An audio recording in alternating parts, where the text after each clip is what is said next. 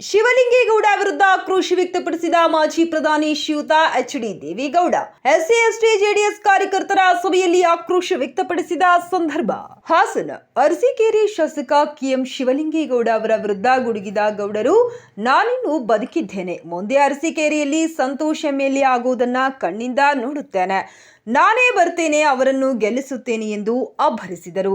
ಜಿಲ್ಲಾ ಜೆಡಿಎಸ್ ಸಮಾವೇಶದಲ್ಲಿ ಮಾತನಾಡಿದ ಅವರು, ನಿನ್ನೆ ಕಾಂಗ್ರೆಸ್ ಅಭ್ಯರ್ಥಿ ನಿಲ್ಲಿಸಿಕೊಂಡು ಕಟ್ಟಾಯದಲ್ಲಿ ಜೆಡಿಎಸ್ ಅಭ್ಯರ್ಥಿ ದೌರ್ಜನ್ಯ ದರ್ಪ ತುಳಿಯಬೇಕು ಅಂತ ಅರಸೀಕೆರೆಯ ಮಹಾನುಭಾವರು ಭಾಷಣ ಮಾಡಿದ್ದಾರೆ. ಪ್ರಜ್ವಲ್ ಏನು ದೌರ್ಜನ್ಯ ಮಾಡಿದ್ದಾರೆ ಹೇಳಲಿ ಎಂದು ಆಕ್ರೋಶ ವ್ಯಕ್ತಪಡಿಸಿದರು. ರೇವಣ್ಣ ಅರಸೀಕೆರೆ ಶಾಸಕರನ್ನು ಬೆನ್ನಿಗೆ ಕಟ್ಟಿಕೊಂಡು ಕೆಲಸ ಮಾಡಿದ್ರು.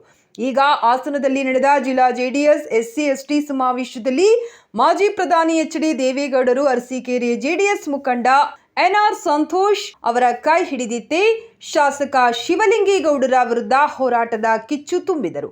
ಮಹಾನುಭಾವನ ತಲೆಗೆ ನಂಜು ಬಂದಿದೆ, ಕಾಲ ಬರುತ್ತೆ, ಮಾತಿನ ಮೇಲೆ ಎಚ್ಚರಿಕೆ ಇರಲಿ ಎಂದು ಶಿವಲಿಂಗೇಗೌಡ ಅವರಿಗೆ ವಾರ್ನಿಂಗ್ ಮಾಡಿದರು.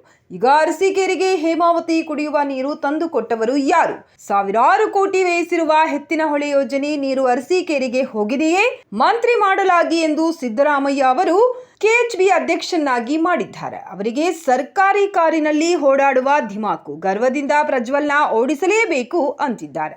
ಆದರೆ ನೀವು ಬಿಡಬೇಡಿ ಎಂದು ಸಭೆಗೆ ವಿನಂತಿಸಿದರು. ನನ್ನ ಕೊನೆಗಾಲದಲ್ಲಿ ಅಪಪ್ರಚಾರಕ್ಕೆ ಮಣಿಯದೆ ಪ್ರಜ್ವಲ್ನನ್ನು ಗೆಲ್ಲಿಸಿ ಕೊಡಬೇಕೆಂದು ಕೈ ಮುಗಿದು ಮನವಿ ಮಾಡಿದರು.